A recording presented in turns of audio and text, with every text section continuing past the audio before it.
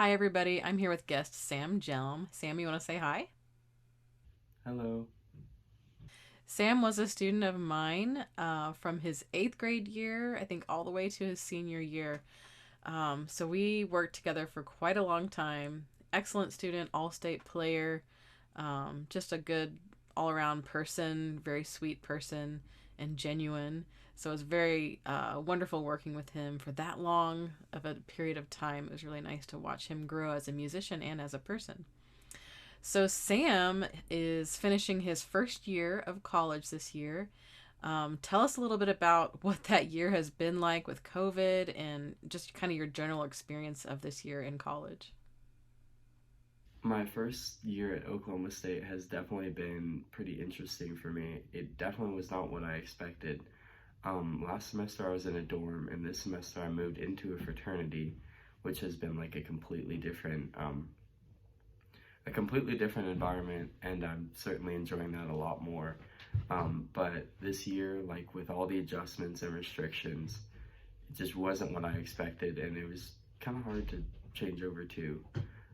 But certainly, I'm learning this semester how to stay involved and make the most out of my academics, and I'm looking forward to my next few years at OSU.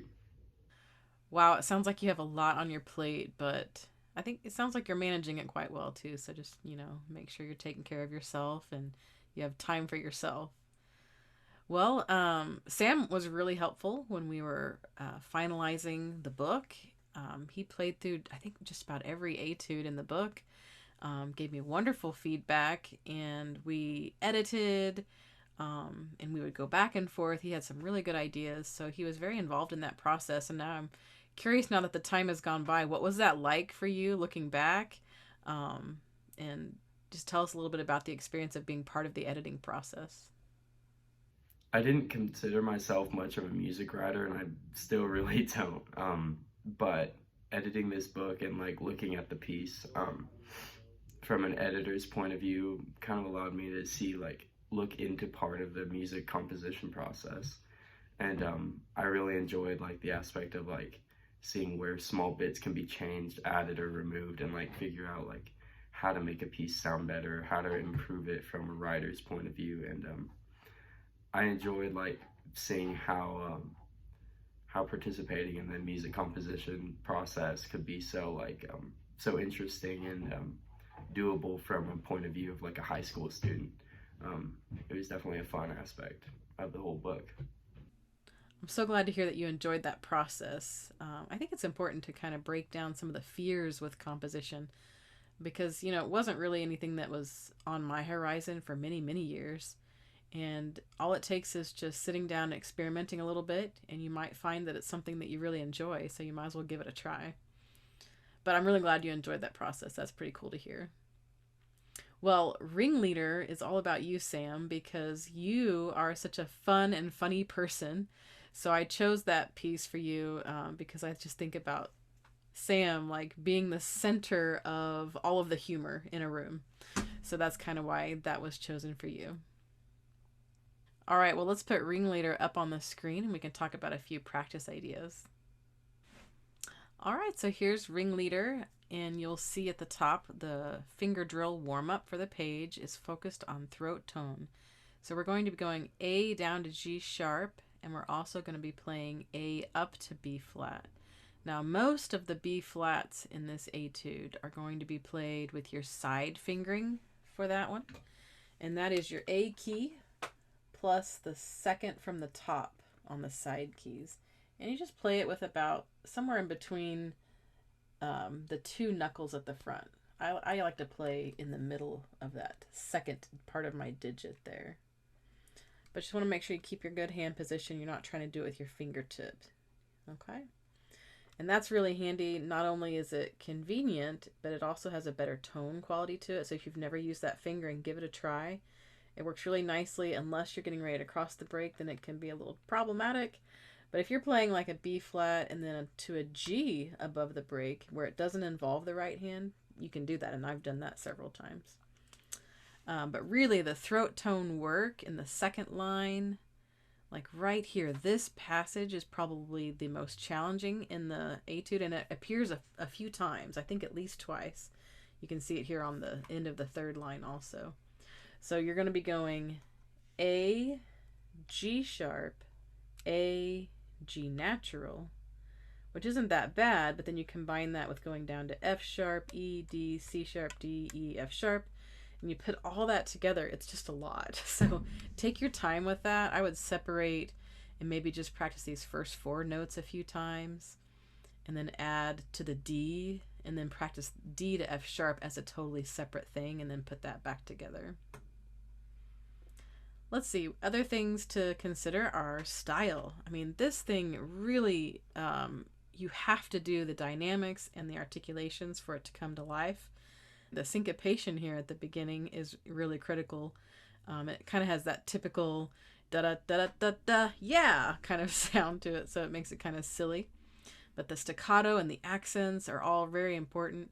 And if you look down here at the 4th line, we've been playing B natural for a lot of these instances. And suddenly there's a B flat, so that one is kind of a surprise, and it gets you ready for the next part of the piece, which is in D minor. And we're showcasing the flying trapeze. So at this point, you want to be thinking about the flying trapeze going across. And maybe when you hit the B flat accent, that's when they connect and catch and go to the other side. But anything that you want to imagine through that is helpful.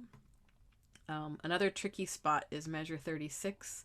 We have this downward passage, and then we got to turn it right back around and come back up. So that can be a little bit challenging there, so you may have to spend some extra time practicing that. And then just here at the end, make sure you choose in advance if you want to use left B to right C sharp or right B to left C sharp. Just go with whatever is going to help you play the cleanest in that situation. Let's see what else. This is in cut time. Anything that's in cut time, you can certainly learn it in 4/4 to get your rhythms comfortable and just get everything established. And then you just gradually speed it up, speed it up, speed it up until you can feel it in cut time. That's how I've always approached cut time. Oh, and there's also a low C version of this etude. So on page 50 in your book, you can hop over there and have some fun with some low notes. And we'll take a look at that here in just a minute. I'm still in a position where I'm unable to play, so I think I will play a little bit of a recording of me playing the beginning of this so that you get an idea of the style and the character. And then, of course, I'll make my weekly video that goes along with this piece in a few days. All right, so here's the beginning of Ringleader.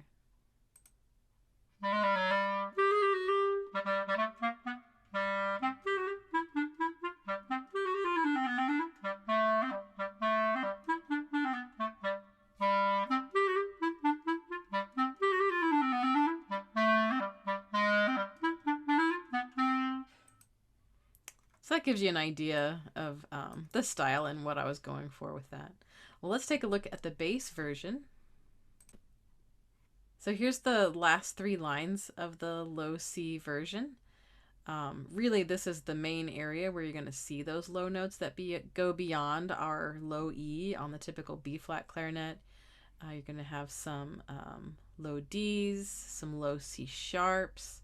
So it's a nice little workout for your low range if you have a low C. I'd love to hear those recordings. I always love to hear the low sounds. So check that out on page 50.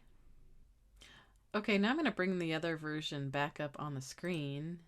Here we go. So Sam, now that you've had even more time to let all this stuff digest, what tips would you give to anybody first learning this piece? What would help them as they first learn to practice it? When I first approached Ringleader, honestly, I was first learning just notes and rhythms going through.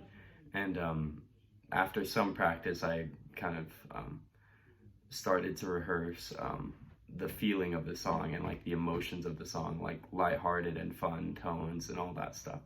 I would say that improvement was definitely the most significant change to the feel of the song. Is following the emotion definitely helps you convey how it was supposed to be written, and it makes it a lot more fun to play when you're keeping it upbeat and just lighthearted.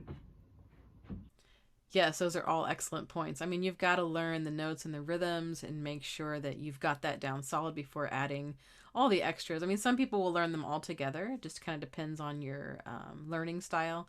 but you can always start with notes and rhythms and then add dynamics and style later. All right, I think that's all I wanted to say about the etude. Sam, do you have anything fun or interesting going on this summer once you finish out your semester? Over the summer, I plan to hopefully find an internship in mechanical engineering, but we'll see how that goes. I'm still on the hunt right now.